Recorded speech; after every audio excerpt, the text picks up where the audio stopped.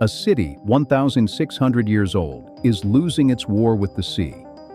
Right now, in real time, the most celebrated city in human history is descending millimeter by millimeter into the same lagoon it was built to conquer. The canals are rising, the foundations are compressing. The stones that survived the Black Plague, Napoleon, and 2 world wars are finally being defeated by something their builders never anticipated: a sea that simply will not stop climbing. And the world is still booking flights, still Instagramming gondola rides, still arriving with cameras while the city silently, patiently, irreversibly sinks.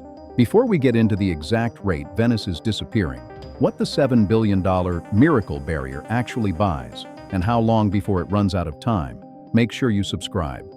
Because what's happening to Venice isn't just a climate story, it's a civilizational reckoning. And the numbers are far worse than Italy wants to admit. To understand why Venice is dying, you have to understand what Venice is built on. And what it's built on is nothing, or as close to nothing as engineering allows. Venice was constructed on 117 small islands in a tidal lagoon, its buildings supported entirely on timber piles, driven into a muddy delta by refugees fleeing the collapse of the Roman Empire in the 5th century. No bedrock, no solid foundation, just wooden stakes hammered down into soft sediment, compressed over centuries under the weight of marble palaces, Gothic cathedrals, and 1,000 years of accumulated civilization.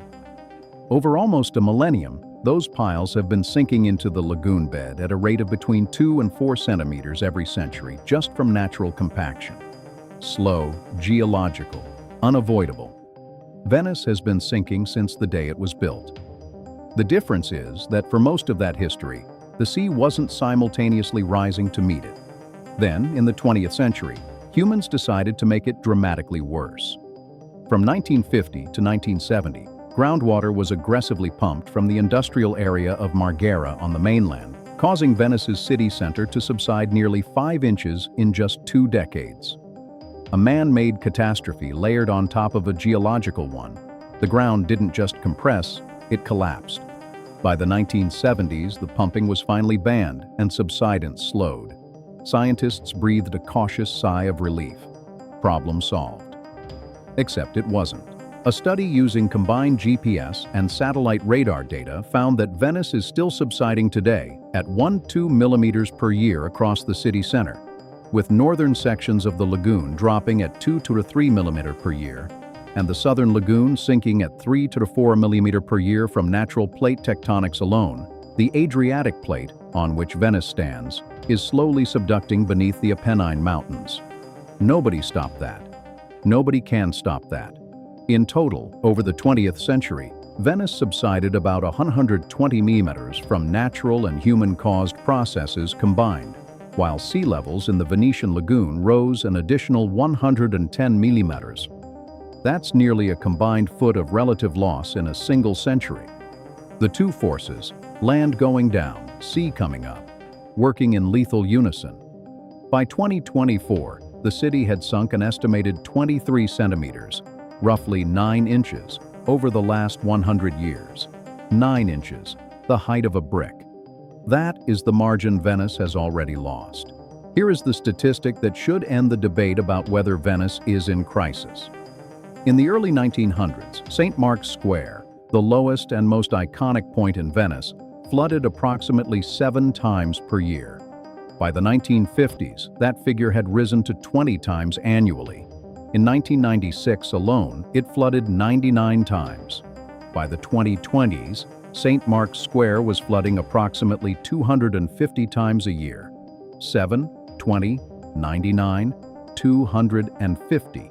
That progression isn't a weather anomaly. That's not bad luck or unusual storms.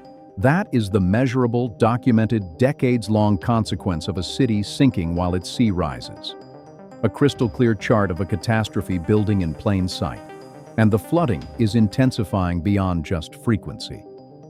On November 12, 2019, a combination of counterclockwise winds around a powerful low-pressure system, weeks of rain, and one of the highest tidal cycles of the year caused 85% of Venice to flood, with water levels reaching 187 centimeters, the worst acqua alta in 53 years.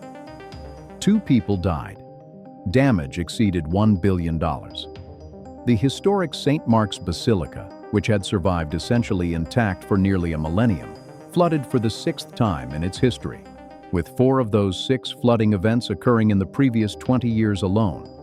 4 floods in 20 years for a building that went 1,000 years largely unscathed. That tells you everything. Summer 2024 brought something even more alarming.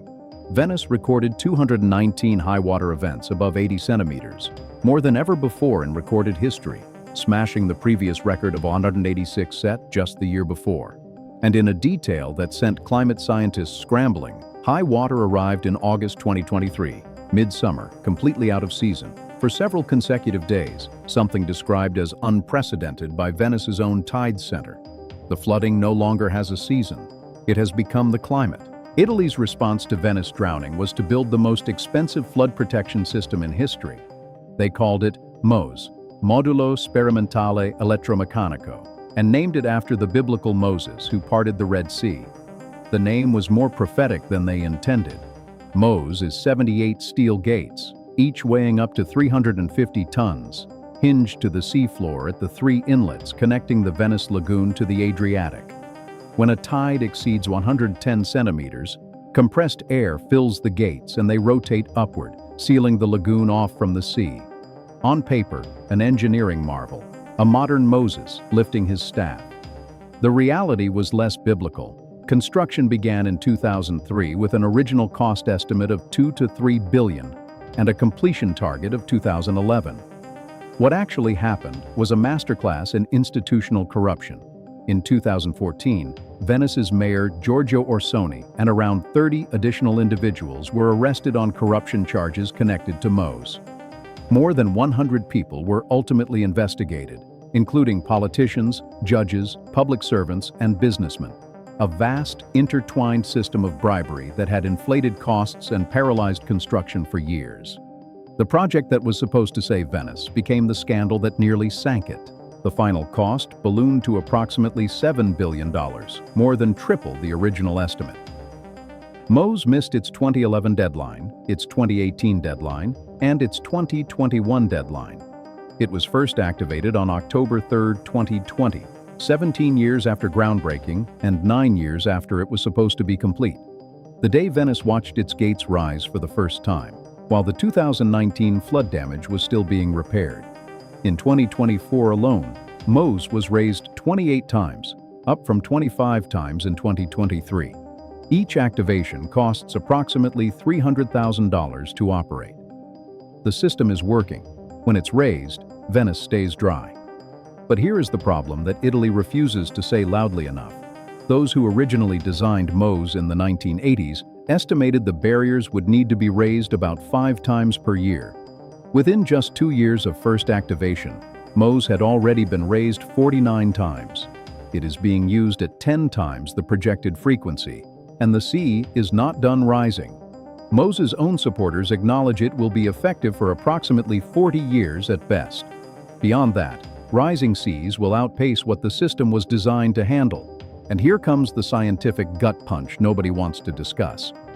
A study found that a sea level rise of just 50 centimeters would require the MOSE barriers to be closed an average of once per day, effectively sealing the Venetian lagoon permanently and turning it, in the words of Professor Luis de Alpaios, into a stagnant pool of algae and waste. The lagoon's ecosystem, the source of Venice's oxygen, its fishing economy, its biological identity, would collapse. The cure, taken far enough, destroys the patient. IPCC projections give sea levels in the Venice region a rise of 28 to 55 centimeters by 2100 in optimistic scenarios and 63,101 centimeters in pessimistic ones. Under the pessimistic scenario, 50 centimeters arrives well before 2060. MOSE becomes a daily operation well within most living readers' lifetimes. And a daily operation means a dying lagoon. A major Italian research study published in February 2025 by scientists at Italy's National Institute of Geophysics and Volcanology, INGV, combining satellite data on land subsidence from 2008 to 2023 with updated IPCC climate projections, delivered the clearest verdict yet.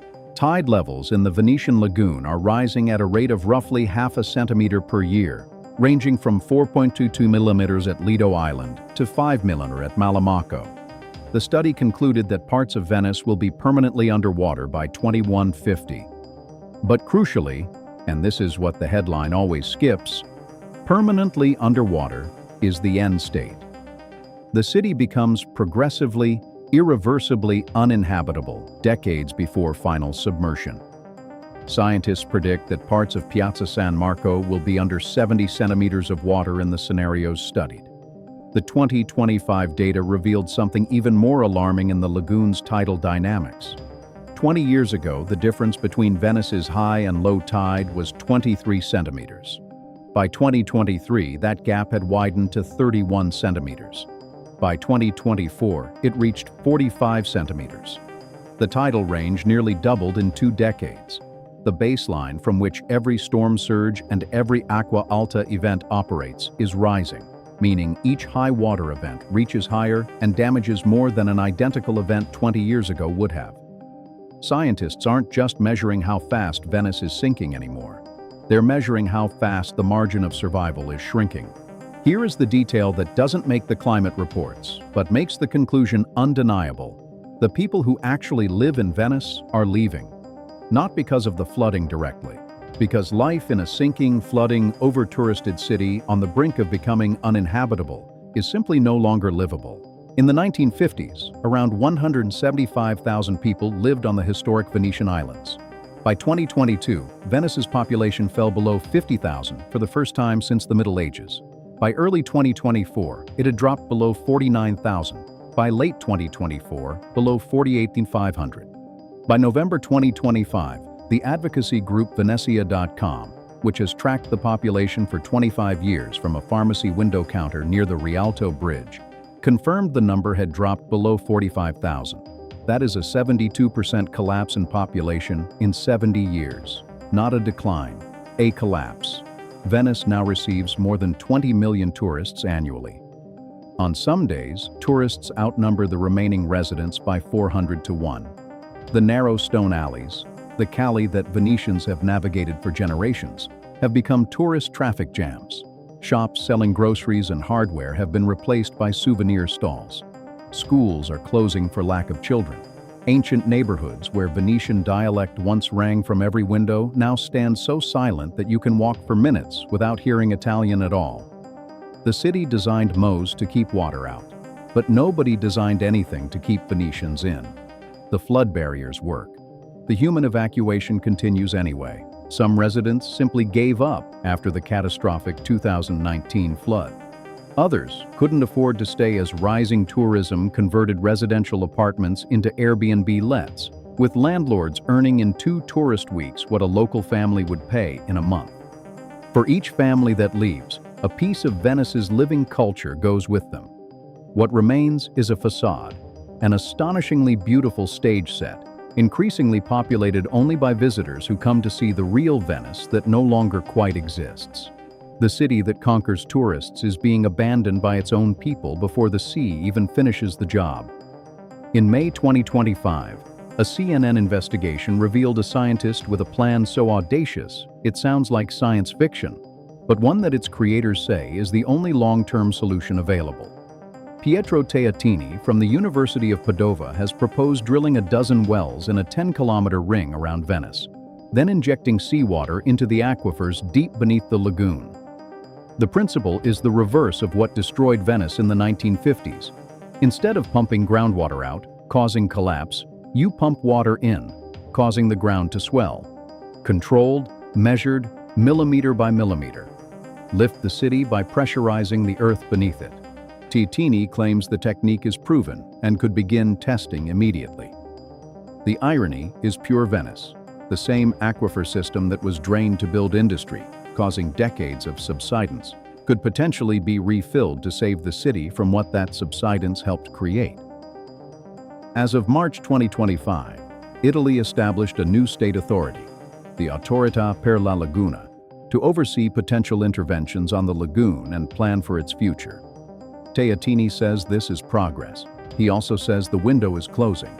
"We have to start doing something really soon," he told CNN from the city he has spent his career trying to save. Let's do the calculation that nobody in Italian tourism wants publicized. Sea level in the Venice lagoon is rising at approximately 4.5 to 5 millimeter per year, based on the most recent tide gauge data. Venice itself is still subsiding at 1 to 2 millimeter per year, combined, up to 7 millimeter of relative sea level gain every single year. Over a decade, that's 7 centimeters. Over 30 years, before 2055, that's over 20 centimeters of additional rise on top of the 23 centimeters already lost in the 20th century. St. Mark's Square, the soul of Venice, sits at just 64 centimeters above mean sea level, the lowest point in the city. That is the buffer between the most iconic square in the world and the Adriatic. 64 centimeters, less than the height of a standard kitchen table. And it is shrinking by the year. MOSE can delay the reckoning. The INGV scientists confirm Venice will face critical high sea levels before 2150. But the thresholds of livability, flooding too frequent to bear, freshwater systems compromised, infrastructure costs exceeding what a hollowed-out population and tourist economy can sustain, those arrive on a different timeline, one that is already underway. The water now spends nearly 800 hours per year above the 80-centimeter mark. 2024 set records that 2023 had set, that 2022 had set before it. The trajectory is not debatable, only the endpoint is. Venice isn't just a city. It is the single greatest unbroken demonstration in human history that civilization can impose itself on an environment that was never meant to hold it, and that for 1,600 years, it did so with such grace that the world called it beautiful. The palaces are sinking. The basilica is flooding. The population is leaving. The barriers are buying decades, not centuries. And the sea, which Venice treated as a servant for a millennium and a half, is slowly, methodically reclaiming what it was always owed. This isn't Venice's failure. Venice didn't burn fossil fuels. Venice didn't pump industrial groundwater. Not the artisans, not the gondoliers, not the families who raised children in houses on water for 60 generations. The emissions that are cooking the Adriatic come from the same wealthy nations whose tourists crowd the streets and whose Instagram accounts are full of the city's dying light. The question that should haunt every government capable of making a difference is this: when the most beautiful city in the world finally goes under, when the last Venetian moves to the mainland, when the MOSE barriers finally fail to hold, when St. Mark's Square is permanently a canal, what exactly will we say we did about it? The water doesn't care about the answer. Stay tuned.